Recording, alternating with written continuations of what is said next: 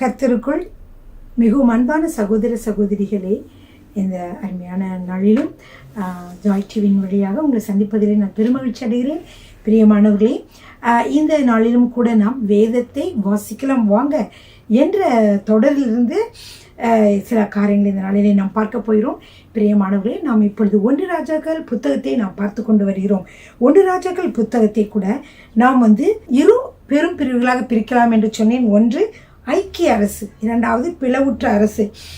ஐக்கிய அரசை நாம் பார்த்து கொண்டிருக்கிறோம். பிளவுற்ற அரசை நாம் சீக்கிரமாக பார்க்க போகிறோம். பிரியமானவர்களே, முதலாவது ஐக்கிய அரசு அதிகாரம் 1 11 அதிகாரங்களே உடையதாக இருக்கிறது. 1 ராஜாக்கள் அதிகாரம் 1 11 அதிகாரங்கள் உடையதாக இருக்கிறது.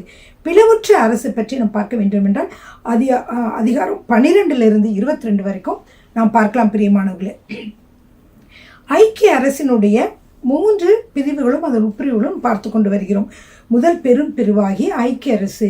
ஐக்கிய அரசு என்பது என்னவென்றால், அதாவது யூதாவும் இஸ்ரவேலும் தனித்தனி நாடாக பிரியாமல் இருந்த பொழுது யூதாவும் இஸ்ரவேலும் சேர்ந்திருந்த நாடை தான் நாம் ஐக்கிய அரசு என்று நாம் அழைக்கிறோம். பிரியமானவர்களே, ஐக்கிய அரசின் 3 பிரிவுகளை பார்த்தீங்கன்னா, ஒன்று சாலமோன் அரசராக நியமனம் செய்தல், அதை நாம் பார்த்து விட்டோம். இரண்டாவதாக சாலமோன் அரசராக இருந்த உயர்வான காரியங்கள், புகழ் எல்லாவற்றையும் நாம் பார்த்து விட்டோம். மூன்றாவதாக சாலமோன் அரசராக சரிவு என்ற பகுதியை நாம் பார்த்து கொண்டிருக்கிறோம். பிரியமானவர்களே, இந்த சாலமோன் அரசராக சரிவு என்ற பகுதியிலே பிரியமானவர்களே, இன்றைய நாளிலும் கூட அதை ABC என்று 3 பிரிவுகளாக பிரிக்கலாம். பிரியமானவர்களே, அதை நான் முன்னாடி சொல்லியிருக்கிறேன். அதில் முதல் பிரிவாகிய A, அதாவது என்னவென்றால், தேவனுடைய உடன்படிக்கைக்கு கீழ்ப்படியாமல் போன சாலமன், அவரை பற்றி பிரிவு 7 பார்க்கிறோம். இது பெரும் பிரிவோட, இந்த பிரிவோட பேர் என்னது? சாலமன் ராஜாவின் சரிவு. அவர் ராஜாவாக இருந்து பாவம் செய்ததுனாலே அவருடைய வாழ்க்கையிலே சரிவு ஏற்படுகிறது. அதைத்தான் நம்ம பார்க்க போகிறோம். A பகுதியில் பார்க்கிற பொழுது தேவனுடைய உடன்படிக்கைக்கு கீழ்ப்படியாமல் போன சாலமோன். இதை 11வது அதிகாரத்தில் 1 3 வரைக்கும் வாசிக்கலாம். பிரியமானவர்களே, இதில் சிறு பிரிவுகள் என்னென்ன சொன்னேன்னா, இவர் அந்நிய பெண்களை திருமணம் செய்தார். அதை நம்ம போன வீடியோவில் தான் நீங்கள் பார்த்துருப்பீங்க. அந்நிய பெண்களை திருமணம் செய்தல். இரண்டாவது விக்கிரகங்களை வணங்குதல். இப்படியாக தேவனுடைய உடன்படிக்கைக்கு சாலமன் கீழ்ப்படியாமல் போய்விட்டார். பிரியமானவர்களே, இந்த சூழ்நிலையிலே என்ன நடக்கிறது என்றால், தேவன் இது குறித்து எப்படி அவர் ரியாக்ட் பண்ணுறாரு. இது தேவனோடு உடன்படிக்கை சாலமன் பண்ணின பொழுது அப்பொழுது கீழ்ப்படியாமல் போய்விட்டார். உடனே ஆண்டவருடைய இது என்ன நடக்குது, அல்லது இரண்டாவது B என்னவென்றால், தேவனுடைய உடன்படிக்கைக்கு கீழ்ப்படியாமல் போனதால் சாலமனுடைய முடிவு. இதைத்தான் நம்ம இந்த Bல பார்க்கிறோம். இந்த B பிரிவில் பிரியமானவர்களே, சாலமோன் தேவனுடன் உள்ள உடன்படிக்கை உடைத்து விட்டார். இப்படி அவர் உடைத்ததினாலே பிரியமானவர்களே, தேவனுக்கு ரொம்ப கோபம் வருகிறது. தேவன் அவருக்கு தரிசனமாகிறார். அது பார்க்கிறோம். மூன்றாவது தேவனுடைய இரக்கம். இந்த 3 சிறு பிரிவுகளையும் சாலமோன் தேவனுடன் உள்ள உடன்படிக்கை உடைத்ததினாலே ஏற்பட்ட விளைவுகளை நாம் இப்பொழுது பார்க்க போகிறோம். பிரியமானவர்களே, எல்லாரும் உங்களுடைய வேத புத்தகத்தை எடுத்துக்கொள்ளுங்கள், நோட்டு புத்தகத்தை எடுத்துக்கொள்ளுங்கள், பேனாவையும் எடுத்துக்கொள்ளுங்கள். சரிங்க பிரியமானவர்களே, தேவனின் தரிசனம் 11வது அதிகாரம் 9 10 வசனங்கள். ஆகையால் இஸ்ரவேலின் தேவனாகிய கர்த்தர் சாலமோனுக்கு 2 விசை தரிசனமாகி அந்நிய தேவர்களை பின்பற்ற வேண்டாம் என்று கட்டளையிட்டிருந்தும் அவன் கர்த்தரை விட்டு தன் இருதயத்தை திருப்பி அவர் கற்பித்ததை கை கொள்ளாமல் போனதினால் கர்த்தர் அவன் மேல் கோபமானார். பாருங்க பிரியமானவர்களே, இவன் உங்களுக்கு சாலமோன் பற்றி தெரியும். சாலமோன் முதலிலே மிகவும் நல்லவராக இருந்தார். அவர் கர்த்தருக்காக பலிகளை செலுத்தினார், கர்த்தருக்கு ஆலயத்தை கட்டினார், மிகவும் அறிவுள்ளவராக இருந்தார். பல காரியங்களையும், நீதிமொழிகள் இதெல்லாம் அவர் எழுதினது, பிரசங்கி இதெல்லாம் அவர் எழுதின புத்தகங்கள். இவ்வளோ அருமையான ஒரு தேவனுடைய மனுஷன் வீழ்ச்சிக்குள்ளே ஆக முடியும். பிரியமானவர்கள், எப்படி? இந்த பெண்களினால் தான் பிரியமானவர்கள். அந்நிய பெண்களை, கர்த்தரை அறியாத பெண்களை அவன் அநேக பெண்களை திருமணம் செய்ததினாலே அவனுடைய வாழ்க்கையிலே வீழ்ச்சி உண்டானது. அவன் அரசராக இருக்கிற பொழுது அந்த அரசாங்கத்தில் என்ன உண்டானது? வீழ்ச்சி உண்டானது. அதே தான் இந்த நாளிலே நாம் பார்க்க போகிறோம். பிரியமானவர்களே, சரிங்க. கடைசியில் அவனுடைய மீறுதல் பற்றி நான் வாசிக்கிறேன். 11ஆம் அதிகாரம் 8வது வசனம். இப்படி தங்கள் தேவர்களுக்கு தூபம் காட்டி பலியிடுகிற அந்நிய ஜாதியாரான தன் ஸ்திரீகள் எல்லாருக்காகவும் செய்தான். என்ன செய்தான்? 7வது வசனம். அப்பொழுது சாலமன் எருசலேமுக்கு எதிரான மலையிலே மோவாபியரின் அருவருப்பாகிய காமோசுக்கும் அம்மோன் புத்திரரின் அருவருப்பாகிய மோலோவுக்கும் மேடையை கட்டினான். இப்படி தங்கள் தேவர்களுக்கு தூபம் காட்டி பலியிடுகிற அந்நிய ஜாதியாரான தன் ஸ்திரீகள் எல்லோருக்கும் செய்தான். ஆகையால் இஸ்ரவேலின் தேவனாகிய கர்த்தர் சாலமோனுக்கு 2 விசை தரிசனமாகி அந்நிய தேவர்களை பின்பற்ற வேண்டாம் என்று நான் கட்டளையிட்டிருந்தும் அவன் கர்த்தரை விட்டு தன் இருதயத்தை திருப்பி அவர் கற்பித்ததை கை கொள்ளாமல் போனதினால் கர்த்தர் அவன் மேல் கோபமானார். சரிங்க பிரியமானவர்களே, இது கர்த்தர் அவன் கீழ்ப்படியாமல் போய்விட்டான். கர்த்தர் அவன் மீது என்ன செய்தார்? கோபமானார். கோபமானவனே அவர் என்ன சொல்கிறார்? உடன்படிக்கையை அவர் இப்படிலாம் உடன்படிக்கை செய்யலன்னு சொல்லிட்டு கர்த்தர் சாலமோனுக்கு தரிசனமாகிறார். பாவம் செய்துட்டா இவன் எப்படியோ போன்னு விடாமல் அவருக்கு தரிசனமாகி 2 விசை தரிசனமாகி கண்டிக்கிறாரு. என்ன சொல்றாரு? ஆகையால் கர்த்தர் சாலமோனை நோக்கி, நான் உனக்கு கட்டளையிட்ட என் உடன்படிக்கையும் என் கட்டளையும் நீ கை கொள்ளாமற் போய் இந்த காரியத்தை செய்தபடினால் ராஜ்யபாரத்தை உன்னிடத்திலிருந்து பிடிங்க அதை உன் ஊழியக்காரனுக்கு கொடுப்பேன். அப்படி தாவீதோடுக்கு அப்புறம் சாலமோன் அப்படி வரிசையாக வர வேண்டியது என்ன ஆகுதுன்னா, சாலமோனுக்கு அப்புறம் உன்னுடைய மகனுக்கு அப்புறமாக இந்த ராஜ்யபாரம் முழுவதும் பிடுங்கப்பட்டு சாலமோன்ட்ட இருக்கும் பொழுதே அது என்னது ஆண்டவர் சொல்லிட்டாரு, இது யார்கிட்ட போகுது? உன்னுடைய ஊழியக்காரனுக்கு போகுதுன்னு. அப்போ இந்த காரியங்கள் ஊழியக்காரனுக்கு அது போக போகுதுன்னு சொன்னார். அதுபடியே நடக்குது பிரியமானவர்களே. 12வது வசனம், ஆகிலும் உன் தகப்பனாகிய தாவீது நிமித்தம் நான் அதை உன் நாட்களில் செய்வதில்லை, உன் குமாரனுடைய கையில் நின்று அதை பிடுங்குவேன். ஆனாலும் ராஜ்யம் முழுவதையும் நான் பிடுங்காமல் என் தாசனாகிய தாவீது நிமித்தமும் நான் தெரிந்து கொண்ட எருசலேமின் நிமித்தமும் ஒரு கோத்திரத்தை நான் உன் குமாரனுக்கு கொடுப்பேன் என்றார். பிரியமானவர்களே, இங்க பாருங்க, தேவனுடைய கோபத்தை நம்ம பார்க்கிறோம். 2வதாக தேவனுடைய கோபத்தினாலே சாலமோனுக்கு கொடுக்கிற அந்த தண்டனையை நாம் பார்க்கிறோம். பிரியமானவர்களே, என்ன தண்டனை என்றால், உன்னுடைய சிங்காசனமானது, அதாவது தாவீதுக்கு அப்புறம் சாலமோனுக்கு அவர் மகன் அப்படின்னு வருவாங்களே, அதை நான் ஸ்டாப் பண்ணிட்டேன். இல்லை, நீ எப்போ விக்கிரகங்களை கையெடுத்தியோ எல்லாத்தையும் நீ கோயிலுக்கும் தேவையில்லாத கோயிலாக கட்டி நிற்கும்ட்டு, அப்போ எனக்கும் உனக்கும் இல்லை உடன்படிக்கை உடைந்தது. அதனால என்ன செய்ய போறேன்? நான் உன்னுடைய குமாரன் ஆனால் கூட உன்னுடைய காலத்தில் நான் செய்ய மாட்டேன். அங்கே ஒரு இரக்கம்.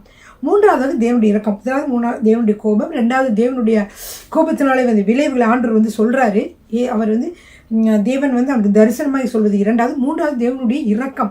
அவர் இரக்கம் உள்ளவர் பிரியமானவர்கள். அவ்வளோ அவன் செய்திருந்தோம். இரக்கத்தோடு கூட அவர் சொல்லுகிறதை பாருங்க.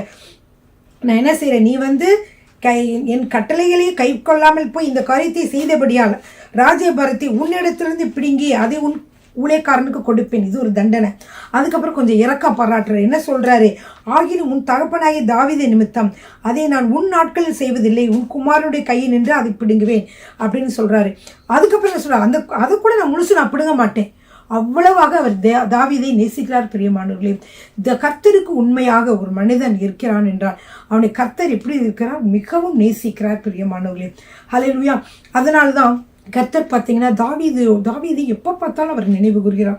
பாருங்க, இப்போ பாருங்க, இதில் கூட சொல்றாரு பாருங்க, ஆகிலும் ராஜ்யம் முழுவதையும் நான் பிடுங்காமல் என் தாசனாகிய தாவீது நிமித்தமும் நான் தெரிந்து கொண்ட எருசலேமின் நிமித்தமும் ஒரு கோத்திரத்தை நான் உன் குமாரனுக்கு கொடுப்பேன் என்றார்.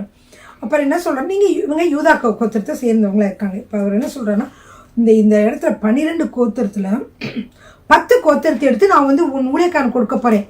அதை கூட உன்னுடைய மகன் காலத்தில் செய்ய போகிறேன். அது கூட முழு ராஜ்யத்தையும் இது பண்ணாமல் அதில் ஒரு பாகத்தை அவனுக்காக வச்சுட்டு மிச்சம் இருக்கிற 10 பாகத்தை தான் நான் என்ன செய்ய போகிறேன்? இந்த ஊழியக்காரனுக்கு கொடுக்க போகிறேன் என்று ஆண்டவர் சொல்லுகிறார். பிரியமானவர்களே, மிகவும் அன்பான தேவன். இந்த வார்த்தைகளிலிருந்து கர்த்தரை பற்றி நம்ம அறிந்து கொள்ளலாம்.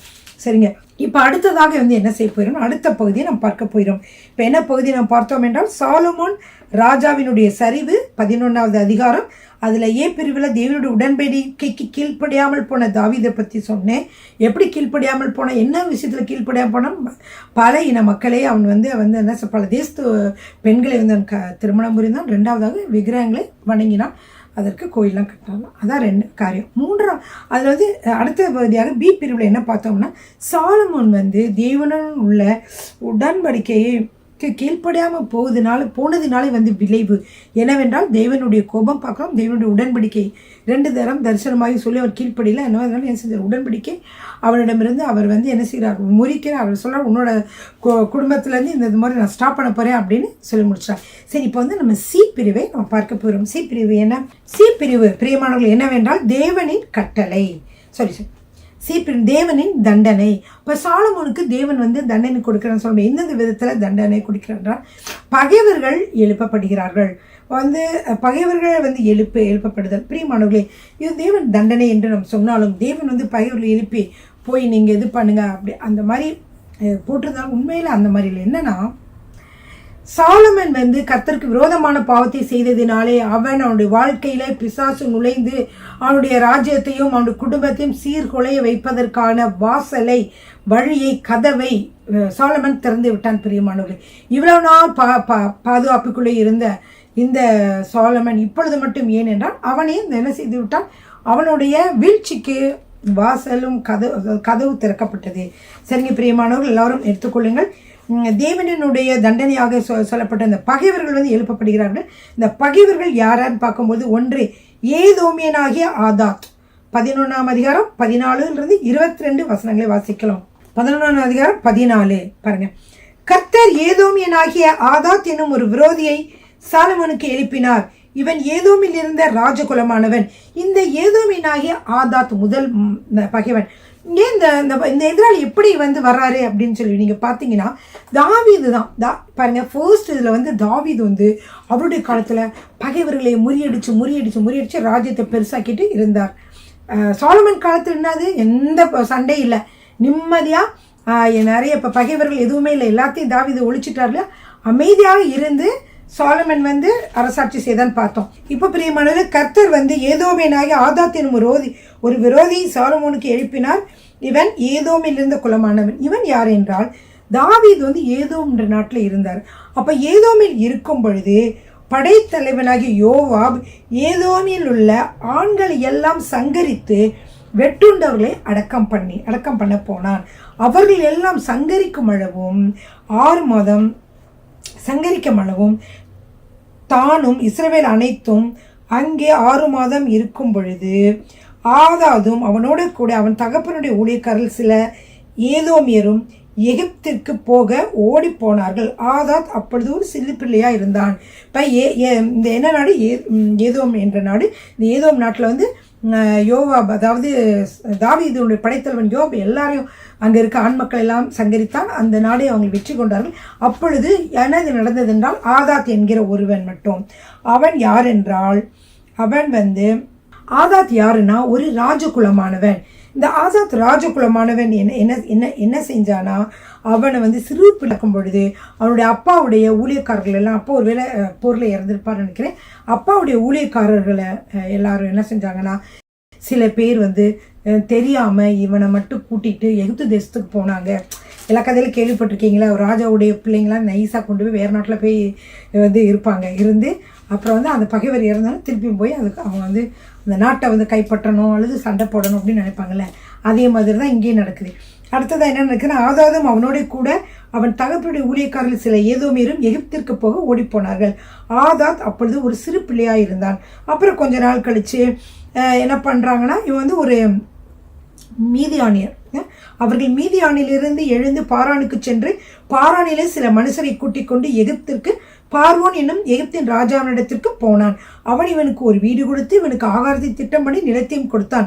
ஆதாதுக்கு பார்வோனின் கண்களில் மிகுந்த தயவு உண்டாயிருந்தது. ஆதா சிறு பிள்ளையா இருந்தால் அப்படி வளர்ந்து எனக்கு ஒரு இளைஞனானான். இப்பொழுது என்ன நடக்குதுன்னா, அந்த பார்வோன் இவன் குலத்திற்காரனாக இருந்தபடினாலே இவர் என்ன செய்கிறார், பார்வோன் அவருடைய மனைவியுடைய சகோதரியை அவனுக்கு திருமணம் செய்து கொடுக்கிறார். அந்த பார்த்தீங்கன்னா, அவன் ராஜஸ்திரியாகிய தாப்பெனேஸ் என்னும் தன் மனைவியின் சகோதரியை அவனுக்கு விவாகம் செய்து கொடுத்தான். தாப்பெனேஸின் சகோதரியாகிய இவள் அவனுக்கு கேனுபாத் என்னும் ஒரு குமாரனை பெற்றாள். அவனை தாப்பெனேஸ் பார்வோன் வீட்டிலே வளர்த்தாள். அப்படியே கேனுபாத் பார்வோனின் வீட்டில் அவனுடைய குமாருடன் இருந்தார்கள். இப்பொழுது என்ன நடக்கிறதுனா, தாவீது தன் பிதாக்களுடைய நித்திரை இழந்தான் என்று படைத்தலைவனும் என்னாச்சு, யோவாப் இறந்து போன என்றும் எகிப்திலே ஆதாத் கேள்விப்பட்ட பொழுது ஆதாத் என்ன சொல்கிறார், பார்வோனை நோக்கி, நான் என் சுயதேசத்துக்கு போக வேண்டும், எனக்கு என்ன செய்யுங்க, என்னை நீங்கள் அனுப்பிவிடுங்க, என் மனைவியும் சேர்த்து என்னை சேர்த்து அனுப்பிவிடுங்கன்னு சொல்கிறாங்க. அப்போ பார்வோன் சொல்கிறாரு, உனக்கு என்ன குறை இருக்குப்பா, உன்னை நல்லா தானே நீங்கள் இருக்க, எதுக்காக நீ அங்கே போகிற உன் தேசத்துக்கு அப்படின்னு அவர் கேட்குறாரு. அப்போ நானாலும் ஆகிலும் என்னை அனுப்பிவிட வேண்டிய, எனக்கு ஒரு குறை இல்லை, ஆனாலும் நீங்கள் என்னை அனுப்பிவிட வேண்டும் சொல்லிட்டு அவன் போகிறான். அவன் வந்து யாருக்கு எதிரியாக வரான்? இப்போது சாலமோனுக்கு முதல் எதிரியாக வரான். ரெண்டாவது பாருங்கள், ரெண்டாவது வந்து 23வது வசனம், எலியதாவின் குமாரனாகிய ரேசோன் எனும் வேறொரு விரோதியை தேவன் எழுப்பினார். இவன் தன் ஆண்டவனாகிய ஆதாதேசர் என்னும் சோபாவின் ராஜாவை விட்டு ஓடிப்போய் தாவீது சோபாவில் உள்ளவர்களை கொன்று போடுகையில் அவன் தன்னோடு சில மனுஷரை சேர்த்து கொண்டு அந்த கூட்டத்திற்கு தலைவனானான். இவர்கள் தமஸ்குவுக்கு போய் அங்கே குடியிருந்து தமஸ்குவில் ஆண்டார்கள். சரியா? அப்போ அந்த ஆதாத் வந்து பொல்லாப்பு செய்ததும் அல்லாமல் ரோசோன் எருசலேமுடைய நாளெல்லாம் இஸ்ரவேலுக்கு விரோதியாகி, இந்த ரோசன் சொன்னேன் இல்லையா, அவர் யாருன்னா சோபா என்னும் சோபாவின் ராஜா. சரிங்களா? இப்போ தாவீது சோபையில் எல்லாம் கொண்டு போடுகிற பொழுது அவன் தன்னோடு சில மனுஷரை சேர்த்துக்கொண்டு அந்த கூட்டத்திற்கு தலைவனானான். அவர்கள் தமஸ்குவில் போய் அங்கே குடியிருந்து தமஸ்குவில் ஆண்டார்கள். ஆதாத் வந்து தெரியும் உங்களுக்கு யாருன்னு, முதல் எதிரி பேர் தான் ஆதாத் பொல்லாப்பு செய்ததும் அல்லாமல் ரேசோன் சாலமோனுடைய நாளெல்லாம் இஸ்ரவேலுக்கு விரோதியாகி சீரியாவின் மேல் ராஜாவாக இருந்து இஸ்ரவேலை பகைத்தான். இந்த ரேசோன் என்கிறவன் என்ன செய்தான்னா சீரியா நாட்டிற்கு அரசனாக இருந்தான். அடுத்ததாக பார்த்தீங்கன்னா இவன் வந்து ரெண்டாவது ஒரு பகைஞன். மூன்றாவது ஒரு பகைஞன் யாருன்னு பாருங்க, 26வது வசனத்தில் பாருங்க, சேரதா ஊரில் உள்ள எப்பிராயிம் மனுஷனாகிய நேபாத்தின் குமாரன் எரோபெயாம் என்னும் சாலமோனின் ஊழியக்காரனும் ராஜாவுக்கு விரோதமாக கையெடுத்தான். அவனுடைய தாய் செருவாள் என்னும் பேருள்ள விதவை. சரிங்க பிரியமானவர், இவருக்கும் மூணாவது ஒரு விரோதி எழும்புறாரு. அவர் தான் எரோபெயாம் என்கிறவர். இப்போ என்ன நடக்குதுன்னா, அவன் ராஜாவுக்கு விரோதமாய் கையெடுத்த முகாந்திரம் என்னவென்றால், ஏன் ராஜாவுக்கு விரோதமாக நடக்குதுன்னா, சாலமோன் வந்து மில்லோவை கட்டி அதில் வந்து தன் தகப்பனாகிய தாவீதுடைய நகரத்தின் இடிந்து போன இடங்களை பழுது பார்த்த பொழுது எரோபெயாம் என்ன செய்கிறான் என்பவன் பராக்கிரமசாலியாய் இருந்தான். அவன் காரிய சமர்த்தனான வாலிபன் என்று சாலமோன் கண்டு யோசிப்பு வம்சத்தாரின் காரியத்தை எல்லாம் அவன் விசாரிப்புக்கு ஒப்புக் கொடுத்தான். பிரியமானவர்களே, பந்தி விசாரிப்புக்கு மணியக்காரர்கள் அப்படின்னு நிறைய பேர் வச்சிருந்தார் சாலமன். உங்களுக்கு தெரியுங்களா? அதில் வந்து யோசிப்பு வம்சத்தாரை விசாரிக்கிறதுக்காக இப்போ யார் வச்சிருக்கிறாரு? எரோபெயாமை வச்சிருக்கிறார். பிரியமானவர்களே, சரிங்களா? சரிங்க. அப்போ வந்து எரோபெயாம் எருசலேமிலிருந்து வெளியே ஒரு நாளைக்கு வந்து ஒரு தீர்க்கதரிசி அவரோடு பேசுகிறார் எரோபெயாமோட. அதனால தான் எரோபெயாம் வந்து சாலமோனுக்கு விரோதியாக மாறுகிறார். அது என்ன வசனங்கள் வந்து 29வது வசனத்திலிருந்து வாசிக்கலாம். அக்காலத்தில் எரோபெயாம் எருசலேமிலிருந்து வெளியே போகிற போது சீலோனியனாகிய அகியா என்னும் தீர்க்கதரிசி புது சால்வை போர்த்து கொண்டிருந்து வழியிலே அவனை கண்டான். இருவரும் வயல்வெளியிலே தனித்திருக்கையில் ஆகியா என்ன செய்கிறார் என்றால், ஐயா தான் போர்த்து கொண்டிருந்த போர்வையை பிடித்து, அது புது சால்வை, அதை பிடித்து 12 துண்டுகளாக வெட்டி என்ன செய்கிறார்னா, எரோபெயாமை நோக்கி 10 துண்டுகளை நீ எடுத்துக்கொள். இஸ்ரவேலின் தேவனாய கர்த்தர் சொல்லியது என்னவென்றால், இதோ நான் ராஜ்யபாரத்தை சாலமோனுடைய கையிலிருந்து எடுத்து கிழித்து உனக்கு 10 கோத்திரங்களை கொடுப்பேன். ஆனாலும் என் தாசனாகிய தாவீதுக்காகவும் நான் இஸ்ரவேல் கோத்திரங்களெல்லாம் நான் தெரிந்து கொண்ட எருசலேம் நகரத்திற்காகவும் ஒரு கோத்திரம் அவனுக்கு இருக்கும். எருசலேமை கர்த்தர் மிகவும் நேசிக்கிறார், தாவீதை கர்த்தர் மிகவும் நேசிக்கிறார். இன்னும் சொன்னால் ஒரு கோத்திரம் என்ன செய்யும், இங்கே தான் இருக்கும் அப்படின்னு சொல்லிட்டு அதை வந்து நான் வந்து கொடுக்க மாட்டேன் சொல்லிடுறாரு. அவர்கள் என்னை விட்டு சீதோனியரின் தேவியாகிய அந்த மாதிரி நான் செய்கிறேன் அப்படின்னு காரணம் சொல்கிறார். அவர்கள் என்னை விட்டு சீதோனியரின் தேவியாகிய அஸ்தரோத்தையும் மோவாபியரின் தேவனாகிய காமோசையும் அம்மோன் புத்திரின் தேவனாகிய மில்கோமையும் பணிந்து கொண்டு அவன் தகப்பனாகி தாவீதைப் போல என் பார்வைக்கு செம்மையாய் இருக்கிறது செய்யவும் என் கட்டளைகளையும் என் நியாயங்களையும் கைக்கொள்ளவும் அவர்கள் என் வழியில் நடவாமல் போனபடினால் அப்படி செய்வேன். நம்முடைய தேவன் எப்படிப்பட்டவராக இருக்க, மிகவும் எரிச்சலுள்ள தேவனாக இருக்க. இந்த விஷயத்தில் கர்த்தருக்கு பிடிக்கவே பிடிக்காது. ஏன்னா தேவனை விட்டு போனால் யார் தான் பிடிக்கும் இல்லையா?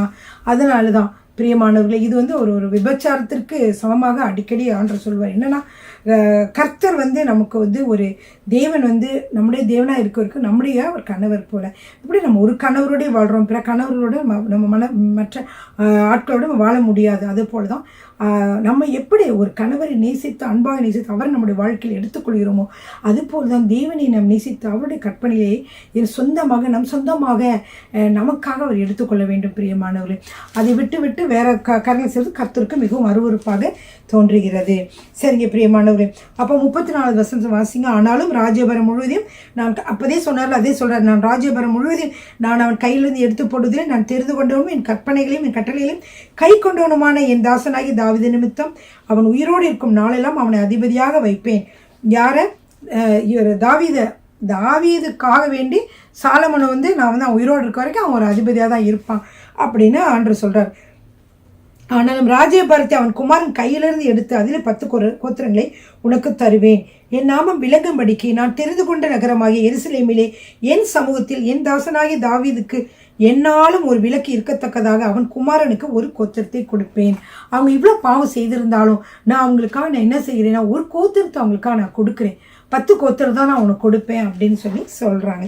நீ உன் மன விருப்பத்தின்படி ஆண்டு கொண்டு இஸ்ரவேலின் மேல் ராஜாவாக இருப்பதற்காக நான் உன்னை தெரிந்து கொண்டேன். நான் உனக்கு கட்டளையிட்டதெல்லாம் நீ கேட்டு கை கொண்டு நீ என் வழிகளில் நடந்து என் தாசனாய தாவீது செய்தது போல என் கட்டளைகளையும் என் கற்பனைகளையும் கை கொள்ளும்படிக்கு என் பார்வைக்கு செம்மையானதை செய்கிறது உண்டானால் நான் உன்னோடு இருந்து நான் தாவீது கட்டினது போல உனக்கு நிலையான வீட்டை கட்டி இஸ்ரவேலை உனக்கு தருவேன் அப்படின்னு ஆண்டவர் வந்து சொல்கிறாரு. இப்போ இஸ்ரவேல் யூதா அப்படின்னு 2 கோத்திரங்களாக மாறப்போகுதுன்னு சொல்கிறாரு. அப்படி வந்து சொல்கிறத நம்ம பார்க்குறோம் பிரியமானவர்களே. இந்த காரியத்தினாலே இந்த காரியம் வந்து சாலமோனுக்கு தெரிந்ததுனாலே சாலமோன் யெரொபெயாமை என்ன செய்தார்? கொல்ல வகை தேடினார் பிரியமானவர்களே. இதில் வந்து யெரொபெயாம் 2 பேர் வரும். 2 பேர் நம்மளுக்கு வந்து குழப்பமாக இருக்கும். அதனால தான் நம்ம யோசித்தது சொல்கிறேன். யெரொபெயாம் என்பது சாலமோனுடைய ஊழியக்காரன். அப்போ என்ன செய்தான் என்றால் யெரொபெயாம் என்ன செய்தான் என்றால் திருப்பி வந்து அந்த எகிப்து ராஜா ஒரு ராஜா இருக்கார். எகிப்து ராஜாவோட ஷீஷாக் என்னும் எகிப்து ராஜாவோட போய் அவங்க நாட்டில் போய் தங்கியிருந்து சாலமன் மரணம் அடையும் வரைக்கும் அங்கே ஒளிஞ்சதுன்னா வந்தால் என்ன செஞ்சிருவார்? நம்ம எப்படியாவது கொன்று விடுவார் என்று சொல்லி இருந்தான். பிரியமானவர்களே, சாலமோனின் மற்ற நடவடிக்கைகள் எல்லாம் அவனுடைய ஞானமும் சாலமோனுடைய நடவடிக்கை எங்கே இருக்குன்னா சாலமோனுடைய நடவடிக்கை புஸ்தகம், அதாவது 1 ராஜாக்கள் 2 ராஜாக்கள் பார்த்துட்டு நம்ம 4 புத்தகங்களே நாம் பார்ப்போம் பிரியமானவர்கள். இன்னும் அவனை பற்றி விவரமாக போட்டிருக்கும் என்று அங்கே சொல்லப்படுகிறது. இப்போ சாலமோன் எத்தனை வருடங்கள் எருசலேமிலே அவர் அரசாண்டார் என்றால் சரியாக 40 வருடங்கள் அவர் அரசாண்டார். சாலமோன் தன் பிதாக்களுடைய நித்திரையடைந்து தன் தகப்பனாக தாவீது நகரத்தில் அடக்கம் பண்ணப்பட்டான். அவன் குமாரனாகிய ரெகொபெயாம் அவன் ஸ்தானத்தில் ராஜாவானான். பிரியமானவர்களே, அதான் நம்ம இப்போ பார்த்தோம். என்ன பார்த்தோம் என்றால் வந்து சுருக்கமாக சொல்கிறேன். சாலமோனுக்கு பகைவர்கள் எழுப்புகிறார். கர்த்தர் பகைவர்களை எழுப்புகிறார். முதல் யாரு? ஏதோமியனாகிய ஆதாத். அதை வந்து 11ஆம் அதிகாரம் 14வது வசனத்திலிருந்து 22வது வசனம் வரைக்கும் நீங்கள் பார்க்கலாம். 2வதாக ரேசோன், எலியாவின் குமாரன். இவன் வந்து ஒரு சீரியாவின் அரசன். இவனை பற்றி 11வது அதிகாரத்தில் 23 முதல் 25 வசனங்களை வாசிக்கலாம். 3வதாக யெரொபெயாம் வந்து எப்படி ஏன் எழுப்பப்பட்டான் என்பது எல்லாவற்றையும் நீங்கள் 11வது அதிகாரத்தில் 26வது வசனம் இருந்து 40 வசனங்களை பார்க்கலாம். 4வதாக சாலமோனுடைய மரணம். இது 11வது அதிகாரத்திலே 41வது வசனம் முதல் 43 வசனங்களை பார்க்கலாம் பிரியமானவர்களே. இப்படியாக நம்ம ஒரு முக்கியமான ஒரு காரியத்தை இந்த நாளிலே நாம் கற்றுக்கொண்டோம். எப்படி ஏன் வந்து சாலமோன் வந்து ஏன் யூதா நாடு இஸ்ரவேல் நாடு என்று 2ஆக பிரிந்தது என்று நாம் பார்க்கிற பொழுது இந்த காரியங்கள் தான். ஏன்னா சாலமோன் வந்து கர்த்தருக்கு உண்மையாக இல்லாதனாலே 10 கோத்திரங்களை எடுத்து அவருடைய ஊழியக்காரனாகிய யெரொபெயாமுக்கு கொடுக்கிறார். அடுத்தது வந்து ரெகொபெயாம் வந்து அடுத்தடுத்து மன்னனாக வருகிறார். சரிங்க பிரியமானவர்களே, இந்த அருமையான வேளையிலும் கர்த்தர் வந்து இந்த 1 ராஜாக்கள் புத்தகத்தை நாம் படிக்க கர்த்தர் வந்து கிருபை தந்ததுக்காக கர்த்தருக்கு நன்றி செலுத்துகிறேன். பிரியமானவர்களே, உங்களுக்கு தெரியும், நீங்களும் எத்தனோ தடவை முயற்சி செய்திருப்பீர்கள். வேதத்தை படித்து முடிப்பது என்பது மிகவும் கடினமான காரியமாக இருக்கும். பதில அநேக நேரங்களில் விட்டிருப்பீர்கள். 10 நேரங்களில் ஏனோதானோ என்று நாம் வாசித்து கொண்டிருந்திருப்பீர்கள். ஆனால் நீங்கள் சரியான அந்த கருத்துக்களோடு கூட ஏன் நடந்தது எது நடந்தது என்று சொல்லி நீங்கள் அழகாக நீங்கள் வாசிக்கிற பொழுது கேட்கிற பொழுது அது உங்கள் மனதிலே பதிந்து கொள்ளும் பிரியமானவர்களே. சரிங்களா? இது வந்து ஒரு வேத பாடகமாக நான் வந்து நடத்தி கொண்டு வருகிறேன். இது வந்து ஆங்கிலத்திலே வந்து ஓல்ட் டெஸ்டமெண்ட் சர்வே என்று சொல்வார்கள். இது பைபிள் காலேஜில் கூடிய ஒரு பகுதி பிரியமானவர்களே. நான் ரேமா பைபிள் காலேஜில் படிக்கிற பொழுது அதற்கப்புறமாக வேதத்தில் உள்ள ரகசியங்களை இந்த வேத பாடத்தையும் நம்ம வந்து அநேக காரியங்களை வந்து நம்ம சொல்ல வேண்டும் என்று நான் நினைத்து கொண்டிருந்த பொழுது கர்த்தர் முதலாவது எனக்கு கொடுத்தது வந்து முதல்ல வந்து இந்த பைபிளை எல்லாரும் ரீட் பண்ணுறதுக்கு உதவி செய்யணும். வந்து பைபிளை ரீட் பண்ணி அதனுடைய காரியங்களெல்லாம் சொல்லு முதல்ல அப்படின்னு சொல்லியிருந்தார். அது 1 வருடங்கள் ஆகி கொண்டிருக்கிறது. இருந்தாலும் நான் நான் வந்து விடாமுயற்சியாக செய்ய கர்த்தர் உதவி செய்திருக்கிறார். அதற்காக கர்த்தருக்கு நான் நன்றி செலுத்துகிறேன். நீங்கள் வந்து அப்படி ஆதியாமத்திலிருந்து நான் வந்து சொல்லியிருக்கேன். நீங்கள் பார்க்க வேண்டும் என்றால் நீங்கள் வந்து ஷீலா டேனியல் யூடியூப்லேயும் பார்க்கலாம். அதே போல் ஜாய் டிவி யூடியூப்லேயும் நீங்கள் இதை பார்த்து தெரிந்து கொள்ளலாம். எல்லாமே உங்களுக்கு வரிசையாக வாசிக்க, அதாவது பைபிள் வாசிக்க தெரியாதவர்களாக இருந்தாலும், நேரம் பத்தாமல் இருந்தாலும் நீங்கள் வீடியோ போட்டு கேட்கலாம். அப்பொழுது உங்களுக்கு அந்த வேத பகுதியை படிக்க வேண்டும் என்று ஒரு ஆர்வம் உண்டாகும். நிறைய முதியவர்கள் இதை பற்றி வசனங்களை நீங்கள் வந்து சும்மா இந்த வீடியோவில் இந்த செய்தியில் பார்க்கிற பொழுது உங்களுக்கு அந்த வேதத்தை படித்த நிறைவு மற்ற காரியங்களாக கிடைக்கும். ஏனென்றால் சில பேர் வந்து வாசிக்க முடியாமல் கண்கள் கொஞ்சம் பழுதுபட்டு அல்லது பலவீனமாக இருக்கிற மக்களுக்காக வேண்டிதான் இந்த காரியங்களையும் நான் சொல்லி கொண்டு வருகிறேன். எனவே நீங்கள் யூடியூபில் நீங்கள் நன்றாக அதை பார்த்து இன்னும் அறிந்து கொள்ளலாம். பிரியமானவர்களே, கர்த்தர் உங்களை ஆசீர்வதிப்பாராக.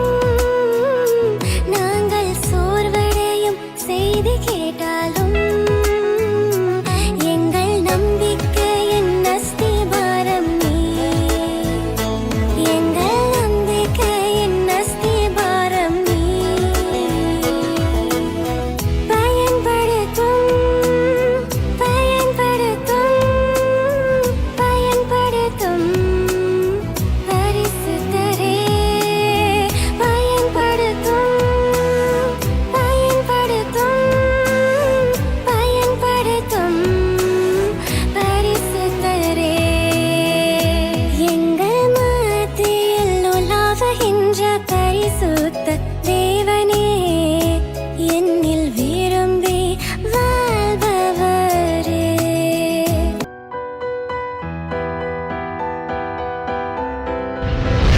கர்த்தர் உங்களை ஆசீர்வதிப்பாராக.